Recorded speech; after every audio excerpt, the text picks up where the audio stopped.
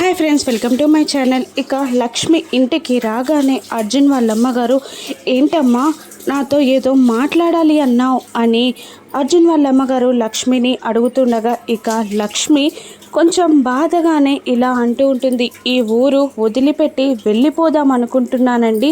ఇక నా దారి నేను చూసుకోవాల్సిన టైం వచ్చేసింది అని లక్ష్మి అంటుండగా, అర్జున్ వాళ్ళ అమ్మగారు అర్జున్ ఇద్దరు షాక్ అయిపోతారు. అర్జున్ మాత్రం చాలా బాధపడుతూ ఉంటాడు. మరోవైపు అదే టైంలో దీక్షితులు గారు అరవిందాన్ని ఫోన్ చేసి గుడికి రమ్మంటారు. ఇక దీక్షితులు గారు గుడిలో ఒక యాగానికి ఏర్పాట్లు చేస్తూ ఉంటారు. అరవింద టెన్షన్ పడుతూ దీక్షితులు గారిని ఇలా అడుగుతూ ఉంటుంది.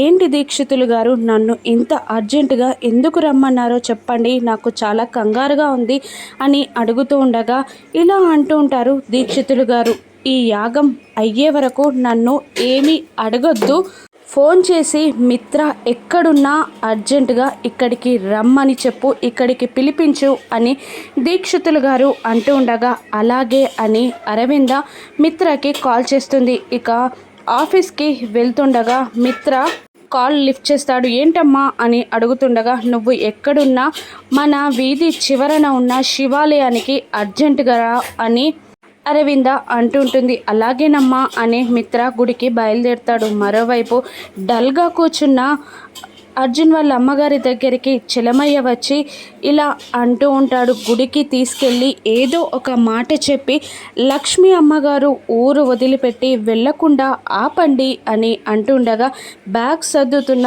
లక్ష్మి దగ్గరికి వెళ్ళి అర్జున్ వాళ్ళ అమ్మగారు ఇలా అంటూ ఉంటారు. అమ్మా, ఒక్కసారి గుడికి వెళ్ళి వద్దామా అని అంటూ ఉండగా, సరే అండి గుడికి వెళ్ళి వద్దాం అని లక్ష్మి కూడా ఒప్పుకొని గుడికి బయలుదేరుతాడు. ఇక గుళ్ళో ఏం జరగనుంది? లక్ష్మి మిత్ర కలవనున్నారా? లక్ష్మి మిత్ర ఒకరికొకరు ఎదురు పడనున్నారా? రాను ఎపిసోడ్స్లో చూద్దాం. Thank you for watching.